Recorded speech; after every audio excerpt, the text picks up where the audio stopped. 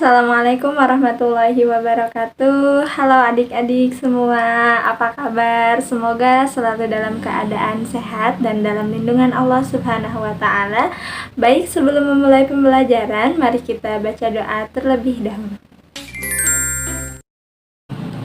Bismillahirrahmanirrahim. Raditu billahi robba wa bil islami dina wa bi muhammadin nabiyya wa rasulah. Rabbi jibni ilman warzuqni fahman, amin. Baik adik-adik, pada video pembelajaran kali ini kita akan membahas mengenai teorema Pythagoras. Adapun kompetensi dasar dalam video pembelajaran ini yaitu menggunakan teorema Pythagoras dalam pemecahan masalah, dan tujuan pembelajarannya yaitu siswa dapat menggunakan rumus teorema Pythagoras untuk menghitung salah satu sisi segitiga siku-siku jika dua sisi lain diketahui. Nah, adik-adik juga jangan lupa untuk mengisi absensi yang telah disediakan. Adik-adik, apakah adik-adik sudah tahu bahwa dalam Al-Quran Allah Subhanahu wa Ta'ala telah menjelaskan mengenai rumus teorema Pythagoras? Nah, dalam Al-Quran Allah menjelaskan rumus teorema Pythagoras itu terdapat dalam Quran Surat Ali Imran ayat 190 sampai 191. Baik, jika begitu mari kita simak terlebih dahulu kajian mengenai rumus Pythagoras dalam Al-Quran. Bismillahirrahmanirrahim. Inna fi khalqis samawati wal ardi wa ikhtilafil laili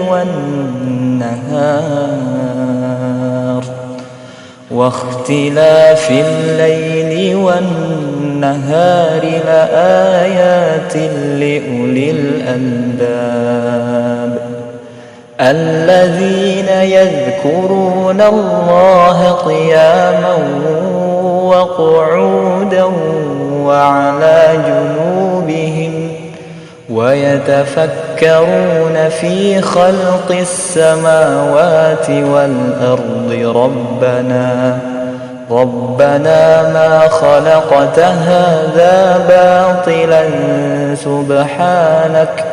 سبحانك فقنا عذاب النار.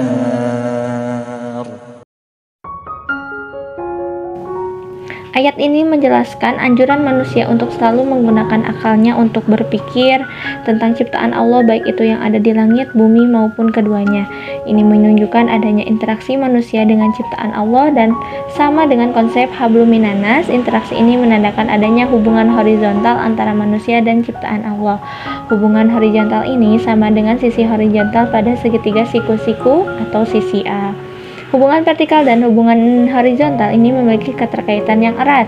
Manusia yang berpikir tentang ciptaan Allah pasti akan merasa kagum dan senantiasa mengakui keagungan Allah. Mereka akan sadar bahwa ilmu yang mereka dapatkan sangatlah sedikit. Orang-orang yang selalu mengingat Allah tidak akan berlaku sombong. Mereka akan selalu berusaha menjadi orang yang bermanfaat, baik untuk dirinya sendiri ataupun sesamanya. Sehingga hubungan antara hablum minanas dan hablum minallah ini dihubungkan dengan garis lurus yang memiliki gradien. Garis ini adalah sisi C pada segitiga siku-siku. Maka dapat disimpulkan bahwa rumus Pythagoras sebenarnya sudah diterangkan dalam Quran Surat Al-Imran ayat 190 sampai 191. Ayat ini sama dengan rumus C kuadrat sama dengan A kuadrat plus B kuadrat. Ini menunjukkan bahwa rumus ini sudah diterangkan dalam Al-Quran sebelum ditemukan oleh ilmuwan barat.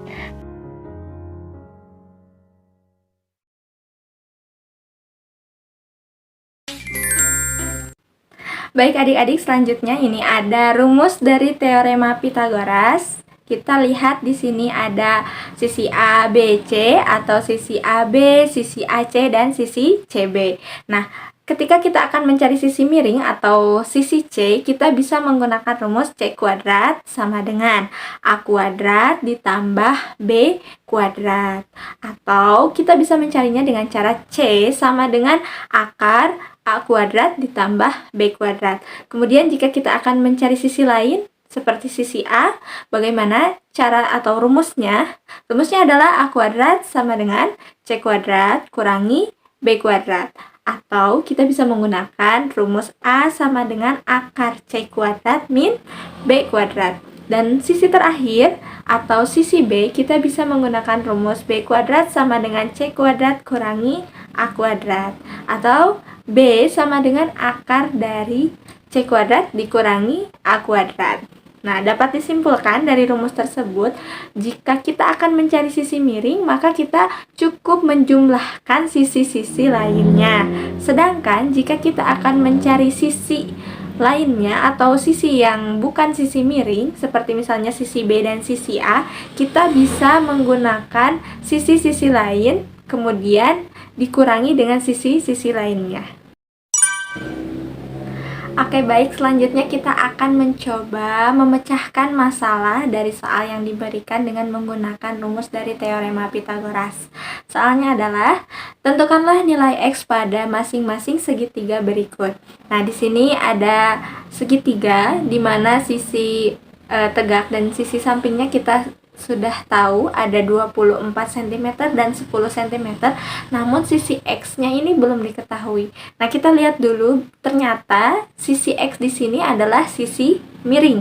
Nah, setelah kita tadi ketahui bahwa sisi miring itu kita bisa gunakan rumus C kuadrat sama dengan A kuadrat ditambah B kuadrat. Nah, maka kita bisa menggunakan rumus tersebut untuk memecahkan soal ini. Maka di sini kita bisa tulis X kuadrat sama dengan sisi-sisinya ditambahkan ya. Berarti X kuadrat sama dengan 10 kuadrat ditambah 24 kuadrat. Maka X kuadrat sama dengan 10 kuadrat hasilnya adalah 100 ditambah 24 kuadrat hasilnya 576. Maka X kuadrat sama dengan 676 atau penjumlahan dari 100 ditambah 576 hasilnya 676. Maka X sama dengan akar dari 676.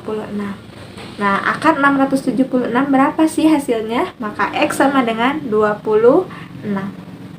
Kemudian kita lihat lagi soal yang kedua. Soal yang kedua kita mengetahui sisi miringnya adalah 25 dan sisi lainnya ada 7 cm. Nah, kita akan mencari sisi X. Nah, sisi X di sini ini bukan sisi miring, maka kita bisa menggunakan sisi-sisi lainnya kemudian dikurangi sisi-sisinya.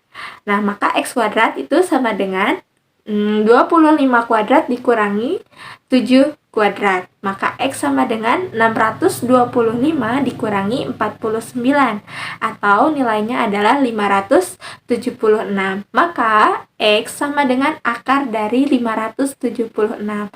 Nah, akar dari 576 berapa sih? Maka X sama dengan 24.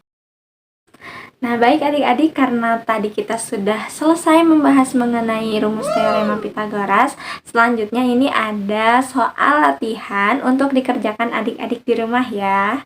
Nah, mungkin hanya itu yang bisa kakak sampaikan. Terima kasih banyak atas perhatiannya. Sampai berjumpa lagi. Wassalamualaikum warahmatullahi wabarakatuh.